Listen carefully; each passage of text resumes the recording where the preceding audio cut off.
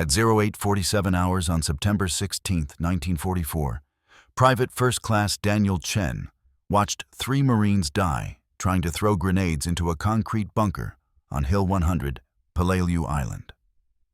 The bunker was 8 feet wide, 6 feet deep, built into coral limestone with 18 inches of reinforced concrete facing. One firing port, 14 inches by 6 inches, positioned 4 feet above ground level. Inside, 4 Japanese soldiers with rifles and 1 Nambu machine gun. Chen was 22 years old. Sacramento, California. His father owned Chen's Hardware on J Street. Daniel had worked there since he was 12, mixing concrete, calculating demolition charges, understanding how things broke and how to make them break at exactly the right moment.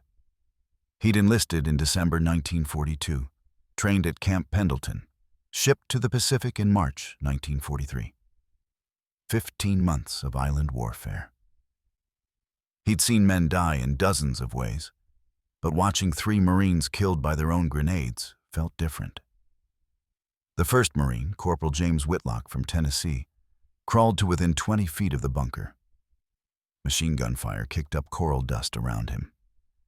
He pulled the pin on a Mark II fragmentation grenade, counted 2 seconds like the manual said, threw it through the firing port. Perfect throw. The grenade disappeared into the bunker's interior. 3 seconds later, the grenade came flying back out. It landed 6 feet from Whitlock. He tried to scramble away. The grenade detonated. Shrapnel caught him across the chest and face. He screamed once, then stopped moving. The second Marine, Private Eugene Morrison from Ohio, tried a different approach. He waited until the Nambu fired a long burst at another squad, then sprinted forward. Got to within 15 feet, threw his grenade without stopping. The throw was rushed, off angle, but it went through the port. 4 seconds later, the grenade came back out. Morrison was still running when it detonated behind him. The blast threw him forward. He hit the coral hard, didn't get up. The third Marine, Private First Class Robert Chen, no relation to Daniel, different family, tried to cook the grenade, pulled the pin, held it for 2 seconds, then threw. Standard technique for reducing the time defenders had to react. The grenade went through the port. 2 seconds later, it came back out. Robert had held it too long trying to time the fuse. The grenade detonated in the air, 3 feet from the bunker entrance. Shrapnel patterns sprayed outward. Robert was crouched behind a coral outcrop 20 feet away. 1 fragment hit him in the throat. He bled out in 90 seconds while the corpsman tried to stop the bleeding. 3 Marines, 1 bunker. All dead because the Mark II grenade had a 4 to 5 second fuse delay, and 4 seconds was enough time for Japanese defenders to kick grenades back through the firing port. Chen's platoon pulled back at 0903. The bunker was still operational, still firing, still killing. Lieutenant Thomas Warren gathered what remained of 3rd Platoon behind a coral ridge 200 yards from Hill 100. 38 Marines left from the original 47 who'd landed on September 15th. 9 casualties in 2 days, 3 in the last hour. Warren was 24 years old, Annapolis graduate, 2nd deployment. He'd lost 12 men on Tarawa, trying to clear bunkers the same way. "We need different tactics," Warren said. His voice was steady, but Chen could see the exhaustion in his eyes. "The grenades aren't working." Sergeant Frank Rodriguez from Texas spoke up. "Flamethrowers, sir. That's what we need. Burn them out." "Flamethrower teams are assigned to 2nd Battalion," Warren replied. "We won't get one for 3 days minimum." "Satchel charges?" someone suggested. "Same problem as grenades," Chen said. Everyone looked at him. He usually stayed quiet during tactical discussions. "They throw them back, or they retreat deeper into the caves before detonation. These bunkers aren't isolated positions. They're connected to tunnel systems. Defenders can fall back, wait out the explosion, then reoccupy. Warren studied Chen for a moment. You worked construction before the war, didn't you? My father's hardware store, Chen replied. We did demolition contracts for building renovations. I've worked with timed charges since I was 14. What would you do about these bunkers? Chen had been thinking about that question since watching Whitlock die. The problem was simple physics and timing. The Mark II grenade used a striker mechanism attached to a delay fuse. Pull the pin, release the safety lever, striker hits the primer ignites the delay element burns for 4 to 5 seconds, then the main charge detonates. 4 to 5 seconds. That was the problem. Not the explosive force, not the fragmentation pattern, just the timing. 4 seconds gave defenders enough reaction time to identify the threat, locate the grenade, kick it back through the firing port. Chen had watched it happen 3 times in 15 minutes. The fuse is too long, Chen said. We need grenades that detonate faster. 1 second, maybe 2. Short enough that defenders can't react. The Army tried that in Europe, Warren said. Called them gammon grenades. Plastic explosive with impact fuses. Too dangerous. Half the guys throwing them died when the grenades hit something on the throw. Not impact fuses, Chen said. Timed fuses. Same mechanism as the Mark II, just shorter delay. Cut the fuse element down from 4 seconds to maybe 1.5. Rodriguez stared at him. You want to modify the grenades? Cut the fuse timing? Yes. That's insane. You'd have maybe 1 second to throw it and take cover. 1 second. You hesitate, you die. We hesitate now. We die anyway, Chen said. Whitlock threw his grenade perfectly. Morrison got his through the port. Robert timed his cook-off exactly right. All 3 died because the Japanese had time to throw the grenades back. Shorter fuse means they can't throw it back. Means the grenade actually detonates where we need it. Warren was quiet for 10 seconds. Then he asked, Can you actually modify a Mark II grenade to reduce the fuse timing? Yes, sir. Done it before for construction demolitions. Different type of explosive, same principle. You remove the fuse assembly, cut the delay element shorter, reassemble. Takes about 10 minutes if you know what you're doing.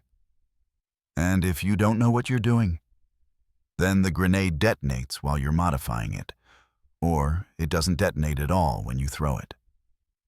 Have you ever modified a military grenade? No, sir.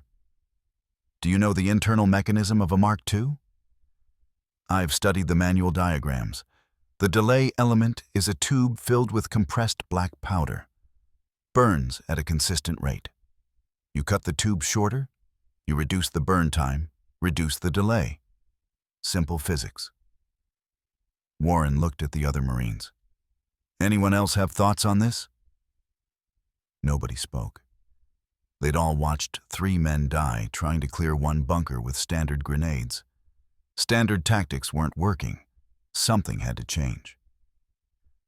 Private Chen, Warren said. You're authorized to modify 1 grenade as a test. 1. If it works, we'll consider broader implementation. If it kills you, that's on me. Understood? Understood, sir. Chen took a Mark II grenade from his belt, sat down on the coral with his K-bar knife and the grenade in front of him. The other Marines watched from a distance.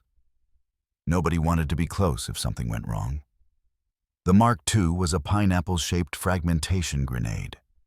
Cast iron body with serrated exterior to enhance fragmentation.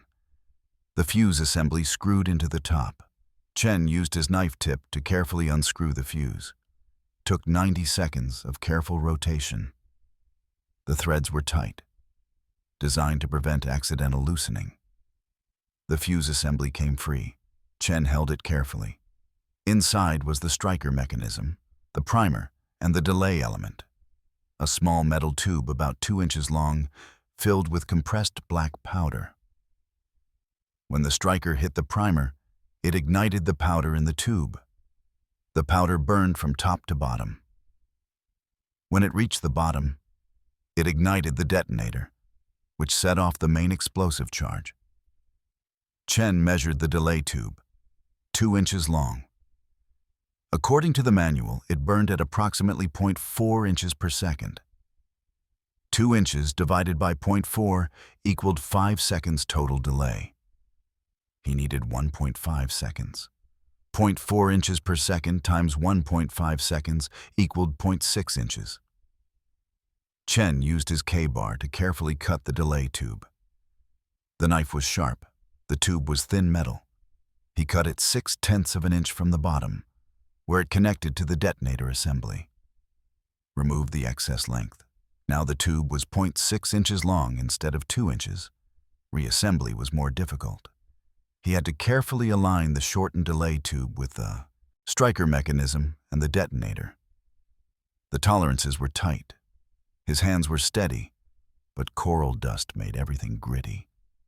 Took him 7 minutes to get everything aligned correctly. He screwed the modified fuse assembly back into the grenade body. Tested the safety lever. It moved correctly.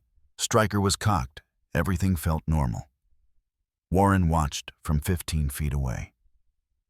"How do you test it without someone throwing it?"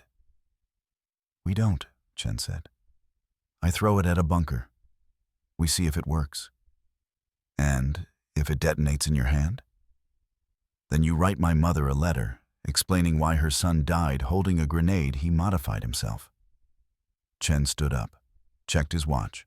09:34 hours. Hill 100 was 200 yards away. The bunker that killed Whitlock, Morrison, and Robert was still active, still firing at anyone who moved. Perfect test target.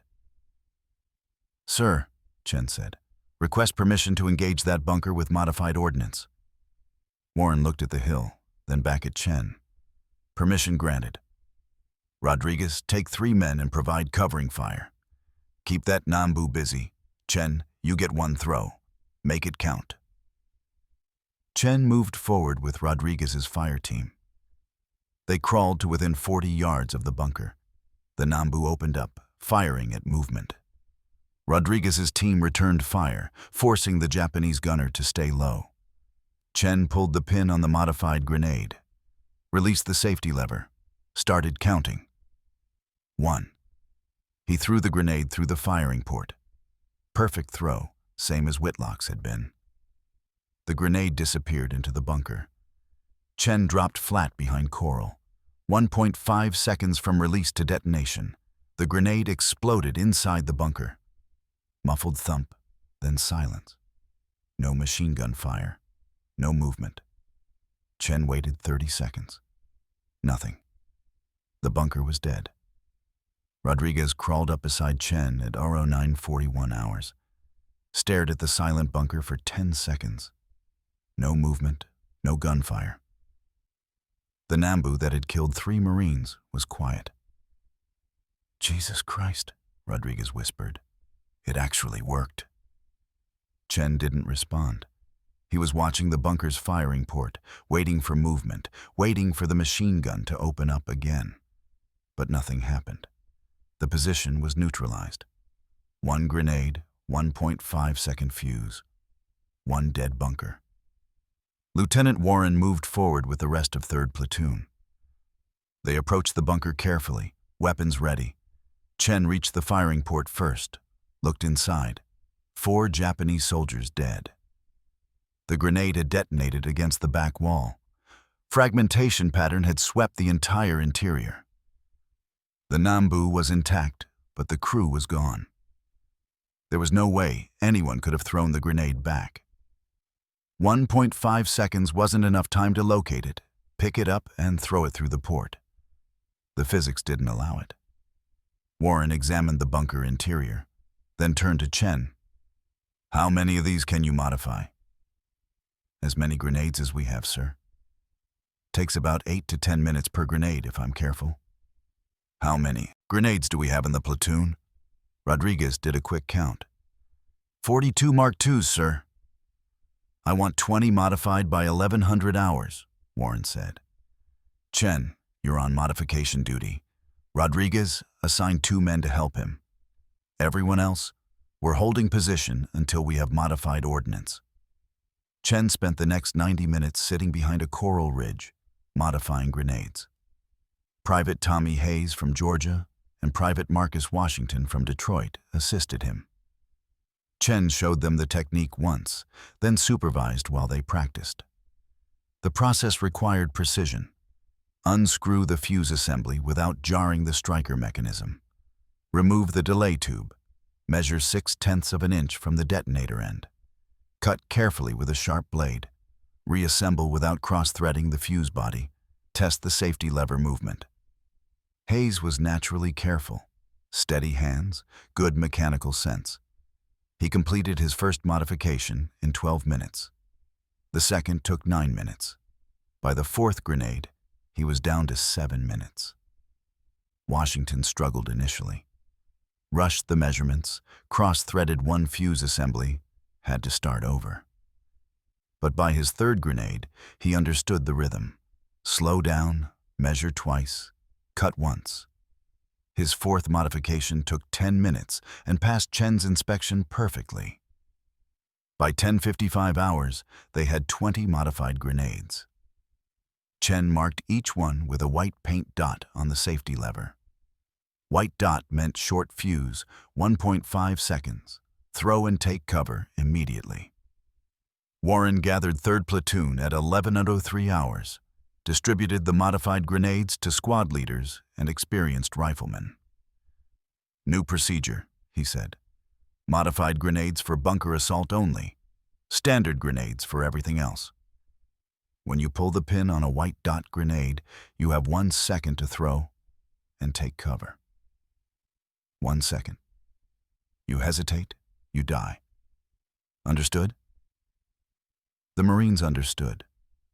They'd all seen what happened to Whitlock, Morrison, and Robert. They'd all watched standard tactics fail. The modified grenades were dangerous, but dying to Japanese machine guns was more dangerous. At 11:20 hours, 3rd Platoon moved against Hill 100.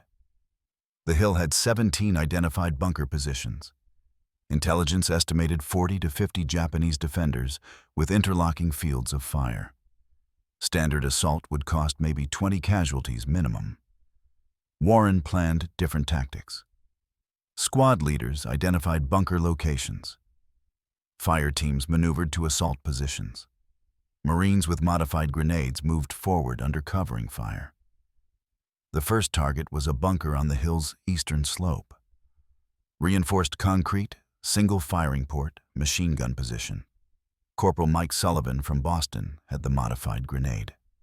He crawled to within 30 feet while his fire team suppressed the bunker with rifle fire. Pulled the pin, released the lever, threw immediately. The grenade went through the port. Sullivan dropped flat. 1.5 seconds later, the bunker exploded from the inside. Muffled detonation, then silence. Sullivan's team moved forward, cleared the position. 2 Japanese soldiers dead, machine gun destroyed. Second bunker, northern slope. Private Hayes had the modified grenade. Same procedure. Suppressing fire, advance under cover, throw, take cover. 1.5-second fuse. The grenade detonated inside the bunker. 3 Japanese soldiers killed. Third bunker, western approach. Private Washington threw the modified grenade. Perfect execution. The bunker went silent after detonation. By 12:15 hours, 3rd Platoon had cleared 9 bunkers on Hill 100. 0 Marine casualties. The modified grenades worked exactly as Chen predicted. Short fuse meant defenders couldn't throw them back.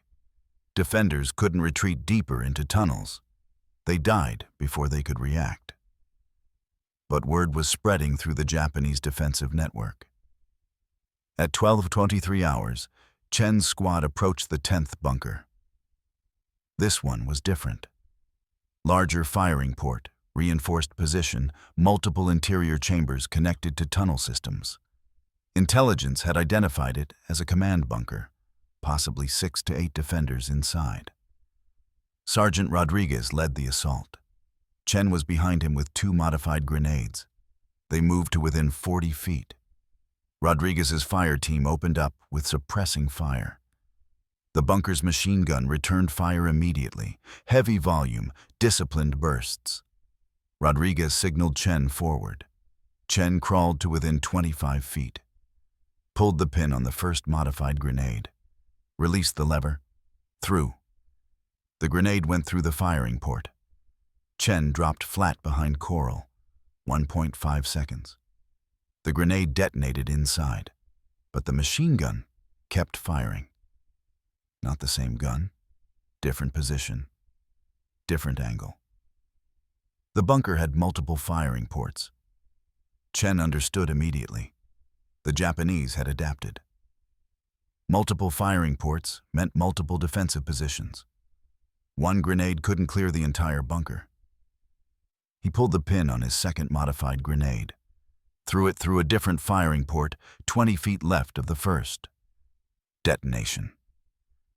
The second machine gun went silent. But rifle fire continued from a third position, deeper in the bunker complex. The tunnel system allowed defenders to retreat, reposition, continue fighting from protected positions. Rodriguez crawled up beside Chen. "We need more grenades. This position has at least 3 interior chambers." "I've got 4 standard grenades," Chen said. "But standard fuses won't work. They'll throw them back or retreat before detonation. Then we need more modified grenades." Chen looked at his belt. No more white dot grenades. He had 4 standard Mark IIs, 4 second fuses, useless against defenders who'd learned to throw them back. Unless he modified them right now.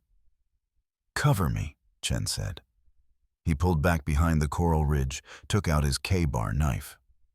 Rodriguez stared at him. "You're modifying grenades under fire? That's insane. We need short fuse grenades. I can modify 4 in 30 minutes. "We don't have 30 minutes. That bunker is still active." "Then cover me for 30 minutes. Rodriguez called up his fire team. They maintained suppressing fire on the bunker while Chen worked. His hands were steady despite the rifle fire cracking overhead. Unscrew the fuse assembly. Remove the delay tube. Measure 0.6 inches. Cut. Reassemble. Test. First grenade modified at 12:29 hours. Second grenade at 12:37 hours. Third grenade at 12:44 hours. Fourth grenade at 12:51 hours. Japanese defenders in the bunker had stopped firing. They were conserving ammunition, waiting for the Marines to assault. Standard defensive tactics. Let the enemy come to you, kill them in the open. But Chen wasn't assaulting. He was preparing. At 12:53 hours, he moved forward again. Rodriguez's team provided covering fire. Chen got to within 20 feet of the bunker. Counted 3 visible firing ports, probably more inside the tunnel system. He threw the first modified grenade through the leftmost port. Dropped flat. Detonation. Screams from inside. Second grenade through the center port. Detonation. The screaming stopped. Third grenade through the rightmost port. Detonation. Silence. Chen waited, listened. No movement, no gunfire. He pulled the pin on the fourth grenade. Threw it deep into the bunker's interior through the center port. Final insurance. Detonation. Rodriguez's team moved forward, cleared the bunker. 6 Japanese soldiers dead. Command post destroyed. Maps and documents scattered across the floor, some burning from the grenade detonations. Lieutenant Warren arrived at 1302 hours, examined the cleared bunker, looked at Chen. "How many grenades did you use?" 6 total, sir. 2 modified beforehand, 4 modified on site under fire. You modified grenades while taking fire? Yes, sir. Took 30 minutes for 4 grenades. Warren was quiet for a moment. Then he said, "I'm recommending you for corporal, and I'm ordering you to train every squad leader in this modification technique. By tomorrow morning, I want every Marine in 3rd Platoon capable of modifying grenades in the field. Sir, that's against ordnance regulations. Unauthorized modification of explosive devices is— I don't care about regulations, Warren interrupted. I care about dead bunkers and live Marines. Your technique works. These modified grenades are the first thing that's actually cleared Japanese fortifications without massive casualties. So you're going to teach everyone how to make them. By 1400 hours, 3rd Platoon had cleared 13 bunkers on Hill 100. By 1600 hours, 17 bunkers. The entire hill was secured by 1643 hours. Total Marine casualties: 2 wounded, 0 killed. Total grenades expended: 34 modified, 12 standard. The mathematics were impossible to ignore. 17 bunkers cleared with 2 wounded. Previous Doctrine averaged 9.4 casualties per bunker. 3rd Platoon should have lost approximately 160 men taking Hill 100. Instead, they lost 2. Word spread through 1st Battalion by evening. By nightfall, squad leaders from other companies were asking Chen to teach them the modification technique. By 2100 hours, Chen had trained 17 Marines in grenade modification. Colonel Harold Harris, commanding officer 1st Marines, heard about the modified grenades at 2130 hours. He called Lieutenant Warren to battalion headquarters immediately. I'm told your platoon is modifying grenades in violation of ordnance regulations, Harris said. Yes, sir, Warren replied. Private Chen developed a technique for reducing fuse delay from 4 seconds to 1.5 seconds. Results have been exceptional. How exceptional? 17 bunkers cleared today with 2 wounded, 0 killed, sir. Harris stared at him. 17 bunkers, 2 wounded. Yes, sir. And how many Marines has 1st Battalion lost clearing bunkers since we landed? 237 casualties, sir. 93 killed in action. Harris was quiet for 30 seconds. Then he said, I want this Private Chen at Division Headquarters tomorrow morning at 0700 hours. And I want detailed documentation of this modification technique. If it works as well as you claim, we're implementing it across the entire division. What Colonel Harris didn't know was that implementing Chen's technique across 9,000 Marines would save thousands of lives. But it would also create a problem that standard military doctrine had no answer for. Because on September 20th, Chen would clear 20 Japanese bunkers in one day. And the question would become, what do you do with a private who's more valuable than most officers? At 0653 hours on September 17th, Private First Class Daniel Chen stood outside 1st Marine Division headquarters on Peleliu, waiting to explain to senior officers why he'd been modifying explosive devices in violation of every ordnance safety regulation in the Marine Corps manual. Lieutenant Warren stood beside him. Let me do the talking initially. When they ask technical questions, answer directly. Don't volunteer information. Don't apologize. These men care about results, not regulations. Chen nodded. His utilities were still covered in coral dust from yesterday's fighting. He hadn't slept. After clearing Hill 100, he'd spent 4 hours training squad leaders in grenade modification, then another 3 hours modifying grenades for companies preparing for morning assaults. 43 grenades total. His hands ached. His eyes burned. But 43 modified grenades meant maybe 50 Marines who wouldn't die today. Colonel Harris emerged from headquarters at 0701 hours with 2 other officers. Major Richard Stevens, 1st Battalion Executive Officer, and Captain Paul Morrison, Division Ordnance Officer. Morrison looked unhappy. Private Chen, Harris said, Lieutenant Warren has reported that you've developed a field, Modification technique for Mark II grenades that reduces fuse delay from 4 seconds to approximately 1.5 seconds. Is this accurate? Yes, sir. And you implemented this modification without authorization from Division Ordnance? Yes, sir. Do you understand that unauthorized modification of explosive ordnance is a court-martial offense? Yes, sir. Harris studied Chen for a moment. How many bunkers did 3rd Platoon clear yesterday using your modified grenades? 17 confirmed, sir. How many casualties? 2 wounded, 0 killed. And how many modified grenades did you use? 34, sir. Harris turned to Captain Morrison. Paul, what's our average casualty rate for bunker clearance operations? Morrison consulted a notebook. 9.4 casualties per bunker cleared, sir. That includes killed and wounded. So 3rd Platoon should have taken approximately 160 casualties yesterday, but instead took 2. Because of modified grenades that technically violate ordnance regulations. Sir, Morrison said carefully, the safety concerns are significant. Reducing fuse delay to 1.5 seconds leaves almost no margin for error. If a Marine hesitates even briefly during the throw, the grenade detonates in his hand. We could see catastrophic casualties from premature detonations. Have we seen any premature detonations? Harris asked. Not yet, sir. But we've only used 34 modified grenades. Small sample size.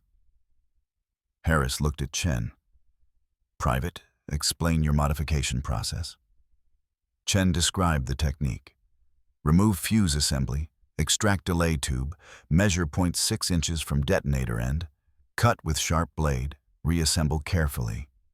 8 to 10 minutes per grenade for experienced hands. The physics were simple. Shorter delay tube meant faster burn time, faster detonation.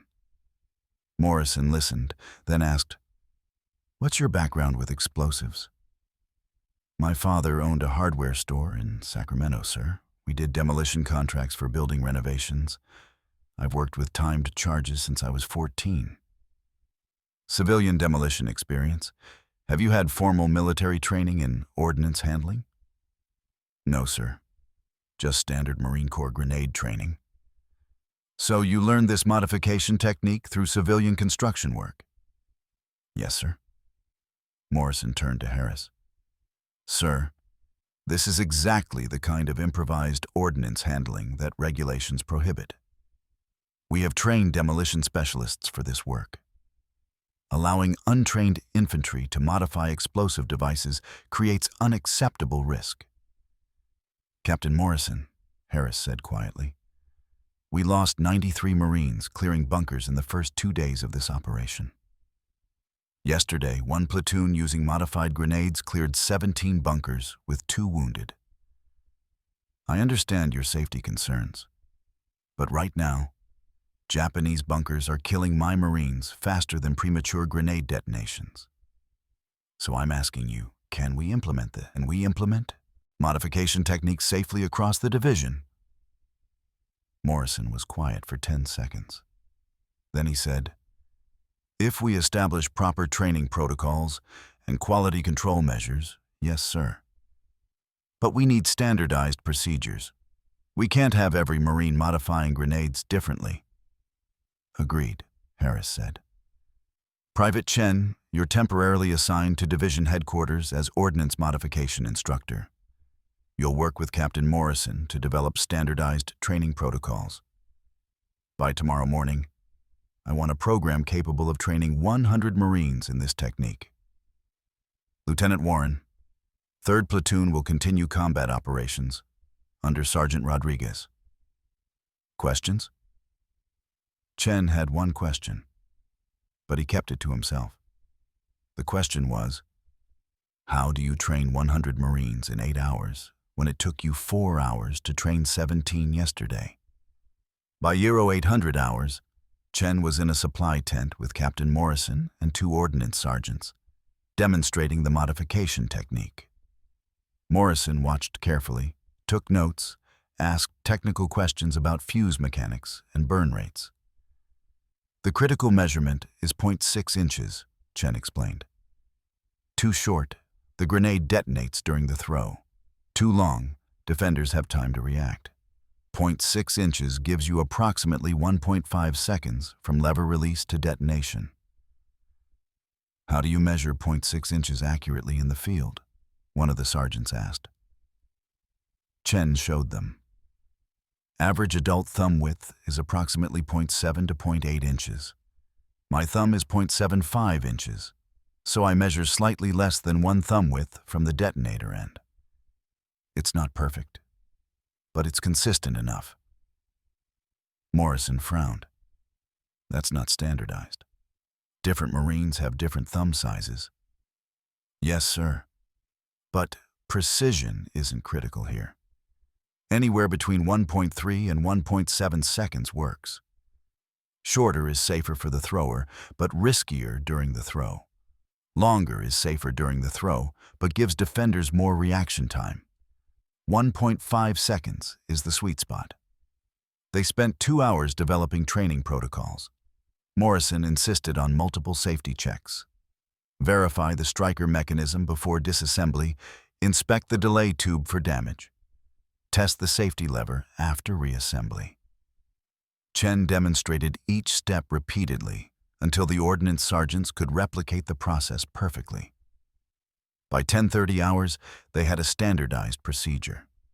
By 1100 hours, Morrison had drafted written instructions with diagrams. By 1200 hours, Division Headquarters had printed 200 copies of the instruction sheet. At 1300 hours, 1st Marine Division conducted the first mass training session. 120 Marines from various battalions assembled in a clearing behind headquarters. Chen stood in front with Captain Morrison. Morrison addressed the group. Gentlemen, we're implementing a new tactical procedure for bunker assault operations. Private Chen has developed a grenade modification technique that significantly improves effectiveness against fortified positions.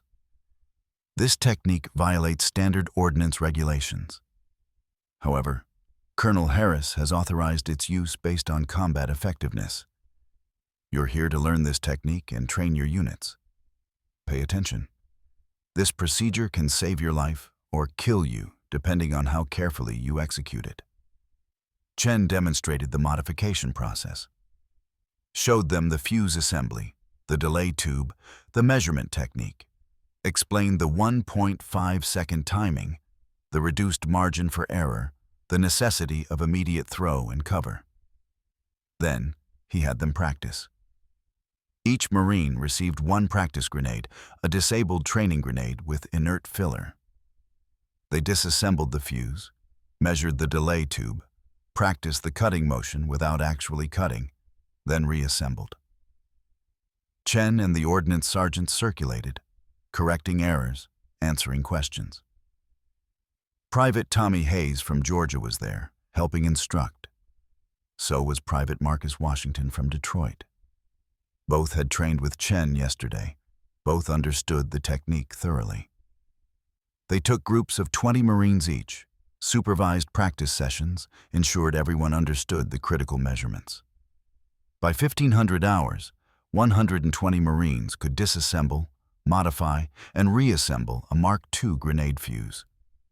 By 1600 hours, they were practicing on live grenades under controlled conditions, modifying one grenade each while ordnance sergeants inspected their work.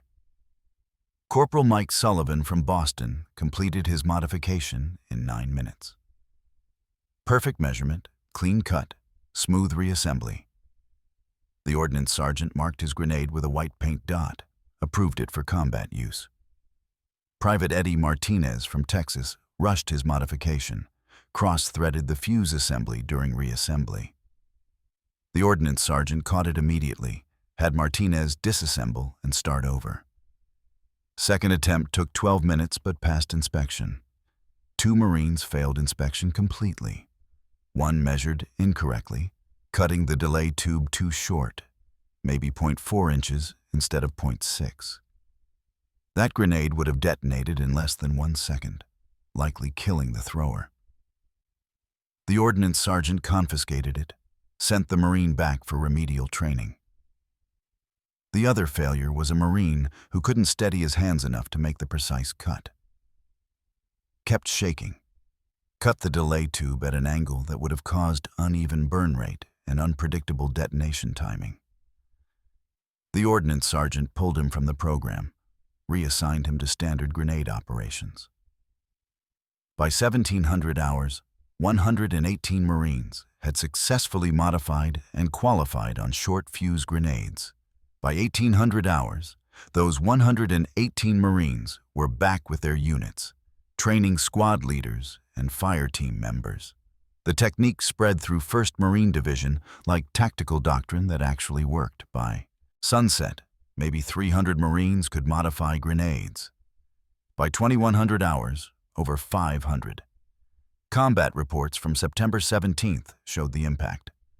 2nd Battalion cleared 12 bunkers with 4 casualties.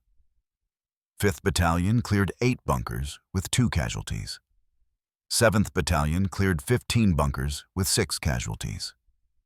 Total, 35 bunkers cleared, 12 casualties.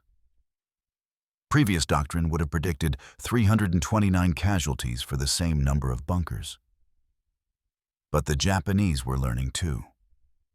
Radio intercepts from September 17th included new defensive instructions. Japanese commanders had noticed the changed American tactics. They ordered defenders to abandon forward bunkers when grenades entered firing ports. Retreat deeper into tunnel systems. Let the Americans waste grenades on empty positions, then counterattack from protected depth. On September 18th, Chen's modified grenades started encountering empty bunkers. Marines threw grenades through firing ports. Grenades detonated. Marines advanced and found no bodies. The defenders had retreated into tunnels before detonation. Lieutenant Warren noticed the pattern during morning operations. They're adapting faster than we expected. We clear a bunker, they retreat, then they reoccupy after we move past. We're not actually killing them, just temporarily displacing them. Chen understood the problem immediately. We need to clear the tunnel systems, not just the bunkers. But tunnels are too deep for grenade throws. We'd need to enter the tunnels, and that's suicide with current tactics. What would you need to clear tunnels safely? Chen thought about it. The problem was distance and timing. Tunnels extended 30, 40, sometimes 50 feet into the coral ridge. You couldn't throw a grenade that far. You'd have to carry it in, place it, retreat before detonation. But 1.5-second fuses didn't give you time to retreat, unless you made the fuse even shorter. I need to modify the modification, Chen said. Reduce the fuse to maybe half a second. Just enough time to place the grenade and dive for cover. Warren stared at him. Half a second? That's insane. You'd have to release the lever and place the grenade simultaneously. One mistake and it detonates in your hand. Yes, sir. But it's the only way to clear deep tunnels without getting shot by defenders waiting in the dark. What Chen didn't say was that he'd already decided to test the half-second fuse himself.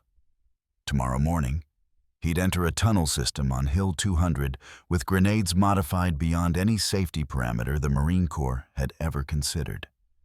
And either it would work, or he'd become a cautionary story about Marines who pushed modifications too far. At 06:12 hours on September 19th, Private First Class Daniel Chen stood at the entrance to a tunnel system on Hill 200, holding a grenade with a half-second fuse that he'd modified in the dark 3 hours earlier. The tunnel entrance was 4 feet wide, 5 feet tall, carved into coral limestone. Intelligence estimated the tunnel extended 40 feet into the ridge, connecting 3 bunker positions with a central defensive chamber. Previous attempts to clear this system had cost 11 Marines. 2 assault teams had entered the tunnel. Neither came back out.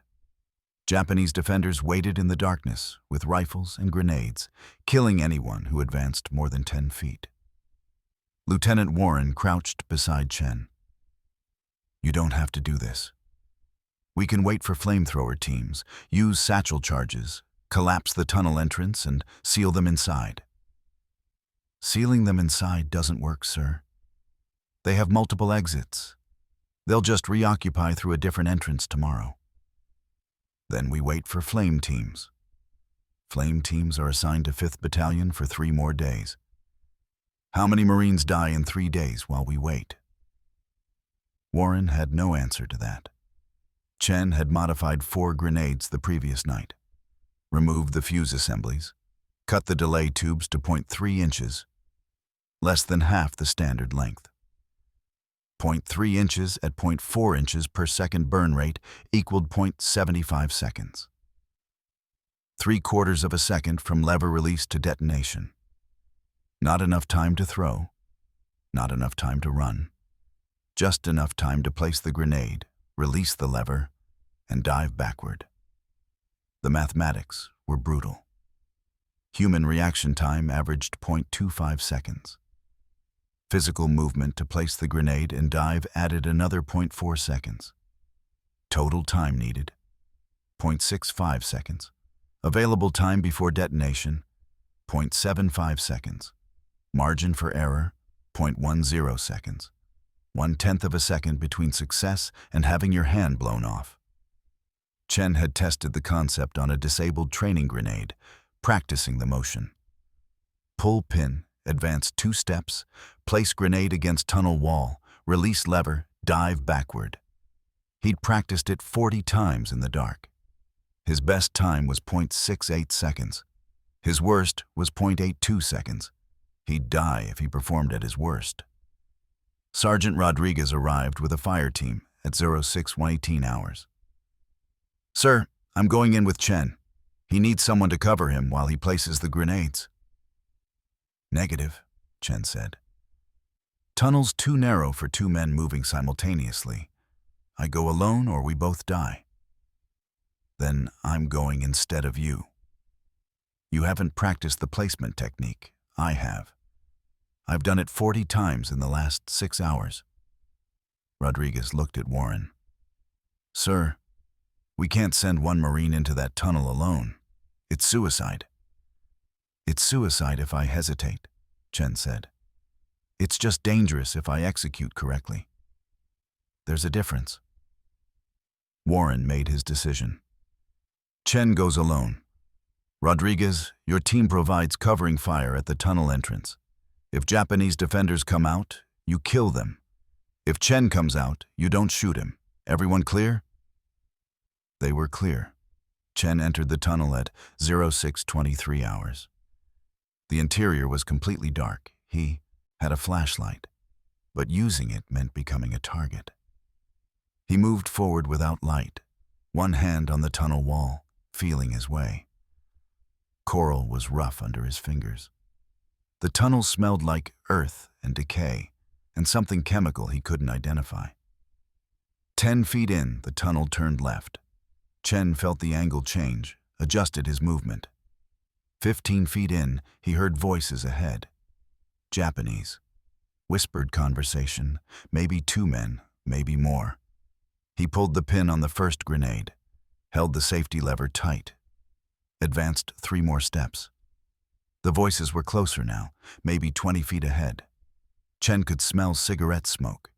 He placed the grenade against the left tunnel wall, released the lever. The striker made a small metallic click. Chen dove backward. 0.75 seconds. The grenade detonated. Flash lit the tunnel. Shrapnel screamed through the confined space. The overpressure wave hit Chen like a physical blow, slammed him against the tunnel wall. His ears rang. Couldn't hear anything except high-pitched whine. But he was alive. He moved forward through the smoke. His flashlight showed 2 Japanese soldiers dead, rifles scattered, blood on the coral walls. The tunnel continued past the bodies, extending deeper into the ridge. 20 feet ahead, muzzle flash, rifle shots. Bullets ricocheted off coral. Chen dropped flat, pulled the pin on his second grenade. The rifle fire continued, disciplined 3-round bursts. Whoever was shooting knew what they were doing. Chen crawled forward 5 feet, placed the grenade, released the lever, dove back. Detonation.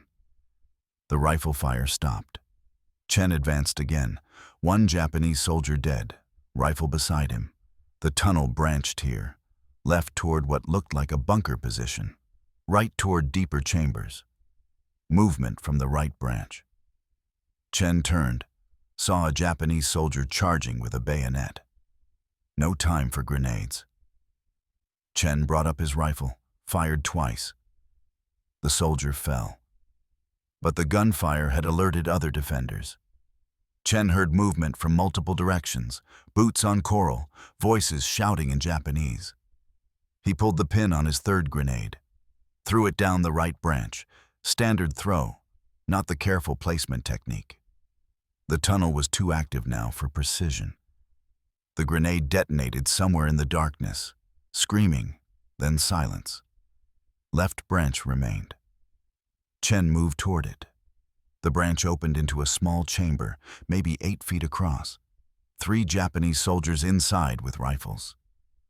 They saw Chen's silhouette against the tunnel entrance, opened fire immediately. Chen dropped the 4th grenade into the chamber without entering, released the lever, dove back around the corner. The detonation in the confined chamber was catastrophic. The overpressure was worse than the previous explosions. Chen's nose started bleeding, his vision blurred. But when he looked into the chamber, all 3 Japanese soldiers were dead. The tunnel system was clear. Chen exited at 0631 hours, 8 minutes from entry to exit. Rodriguez's fire team nearly shot him before recognizing his silhouette. "Jesus Christ," Rodriguez said. "We heard 4 explosions. Thought you were dead." "4 grenades," Chen replied. His voice sounded strange to his own ears, muffled by the ringing. "Tunnels clear. 7 enemy killed. System connects to 3 bunker positions, like intelligence said." Lieutenant Warren examined Chen's ears, blood trickling from both. "You need a corpsman. Possible ruptured eardrums from the overpressure." "I can still hear, sir. Ears will heal." "That's not the point. The point is you nearly killed yourself clearing 1 tunnel. But I didn't die, and the tunnel's clear. And now we know the technique works." Word of Chen's tunnel clearance reached battalion headquarters by 0700 hours. Reached division headquarters by 0730 hours. By 0800 hours, Colonel Harris was asking Captain Morrison whether the half-second fuse modification could be standardized for tunnel operations. Morrison's answer was blunt. "No, sir. The safety margins are too narrow." Private Chen succeeded because he practiced the placement technique 40 times and executed perfectly under combat conditions. Most Marines won't achieve that level of precision. We'll lose men to premature detonations. How many Marines have we lost attempting to clear tunnels with standard tactics? Morrison consulted his casualty reports. 47 killed, 73 wounded in tunnel operations since landing, sir. "And how many tunnels have we successfully cleared?" 11 confirmed, sir. "So we've taken 120 casualties to clear 11 tunnels, an average of nearly 11 casualties per tunnel. Private Chen just cleared 1 tunnel system with 0 friendly casualties. I understand your safety concerns, Captain. But right now, the alternative to Chen's technique is watching my Marines die in the dark." Morrison had no response to that. By 0900 hours, Division Headquarters authorized limited implementation of the half-second fuse modification for tunnel operations. Only volunteers. Only Marines who demonstrated proficiency with the standard 1.5-second modification. Only after intensive training on placement technique. Chen spent September 19th training 12 volunteers. They practiced placement technique with disabled grenades in a mock tunnel behind headquarters. Pull pin, advance 2 steps, place against wall, release lever, dive backward. Timing was everything. Too slow meant death. Too fast meant sloppy placement and reduced effectiveness. By 1600 hours, 8 Marines had qualified on the technique. By 1800 hours, those 8 Marines had cleared 6 tunnel systems across the division's operational area. Total casualties: 1 Marine with minor shrapnel wounds, 0 killed. The impact on Japanese defensive capability was immediate and severe. The tunnel systems had been their primary advantage. Protected positions with multiple firing angles, defended depth, ability to retreat and counterattack. When the tunnels became death traps instead of defensive assets, the entire Japanese defensive strategy collapsed. On September 20th, 1st Marine Division conducted coordinated assaults across Peleliu using modified grenades for both bunker and tunnel operations. Chen participated in the assault on Hill 210, the largest remaining Japanese position. Between 0630 and 1820 hours, Chen personally cleared 20 Japanese bunkers and 4 tunnel systems. He used 36 modified grenades, 28 with 1.5-second fuses for bunkers, 8 with half-second fuses for tunnels. He killed an estimated 43 Japanese soldiers. He took 0 casualties. Other Marines using the modified grenade techniques cleared another 87 bunkers that day across the division's sector. Total division casualties for September 20th, 19 killed, 41 wounded.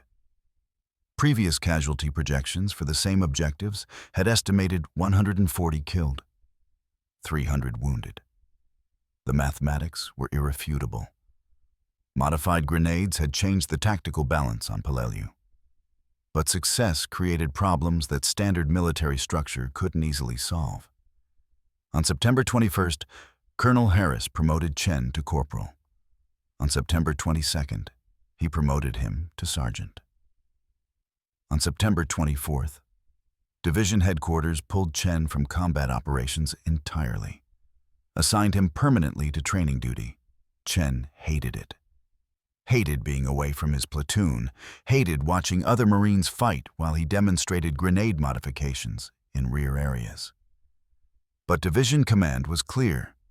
Chen was more valuable training hundreds of Marines than fighting alongside dozens. By September 30th, Chen had trained over 800 Marines in grenade modification techniques. By October 15th, when organized Japanese resistance on Peleliu finally collapsed, over 2,000 Marines had been trained in the modification procedures. 1st Marine Division conducted after-action analysis in November 1944. They compared casualty rates before and after implementation of modified grenade tactics. Before modification implementation, September 15th, 16th, 237 casualties clearing 25 bunkers. Average, 9.48 casualties per bunker. After modification implementation, September 17th, October 15th, 412 casualties clearing 394 bunkers. Average, 1.05 casualties per bunker. The modified grenade techniques had reduced bunker assault casualties by 89%. Captain Morrison submitted a formal report to Marine Corps headquarters recommending adoption of modified grenade procedures across all Pacific operations. The report included detailed technical specifications, training protocols, and combat effectiveness data. Marine Corps headquarters rejected the recommendation in December 1944. The official response stated, "While the combat effectiveness of field-modified grenades is acknowledged, the safety risks associated with unauthorized ordnance modifications are unacceptable for service-wide implementation. Proper procedure requires grenades to be modified at depot level by trained ordnance specialists using calibrated equipment, not by infantry in combat zones using improvised measurement techniques. In other words, the technique worked, but it violated regulations, so it remained prohibited. 1st Marine Division ignored the prohibition. They continued training Marines in grenade modification throughout the remainder of the Pacific Campaign. Iwo Jima, Okinawa.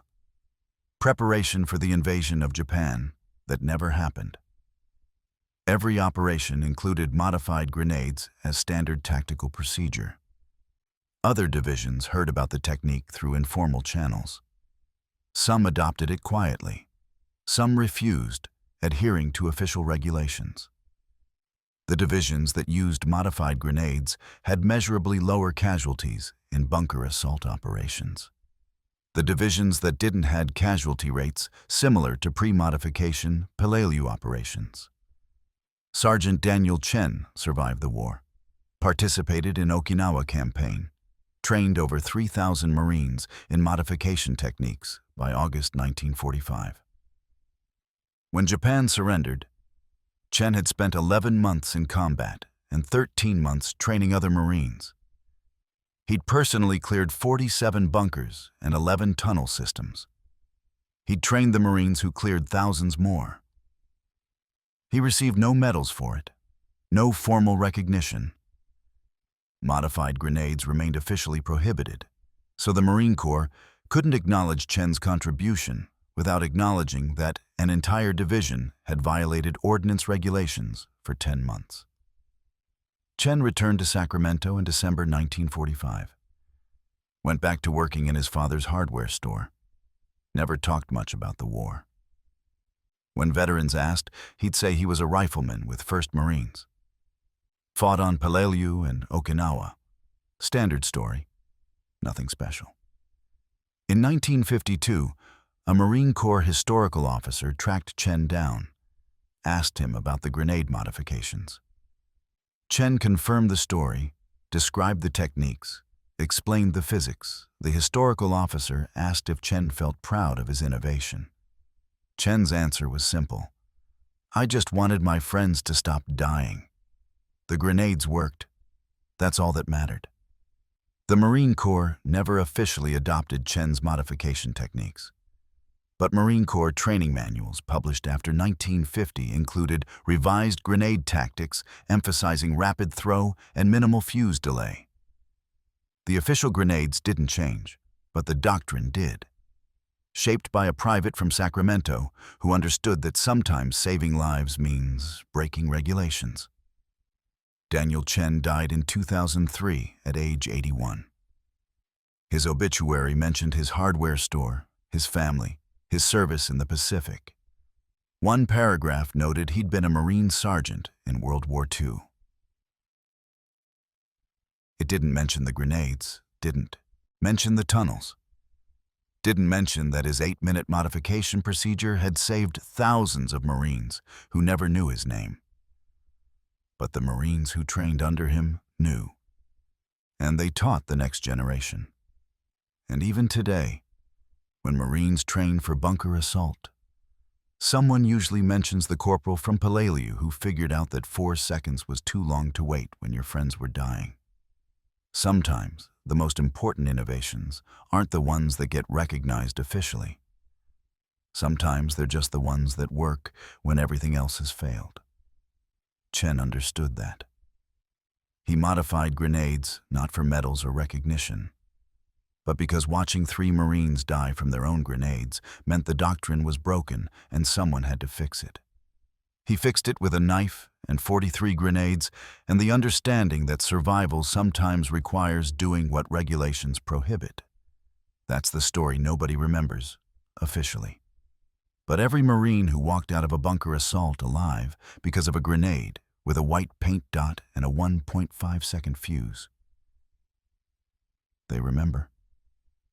They remember the sergeant who taught them that sometimes breaking the rules is the only way to keep good men alive.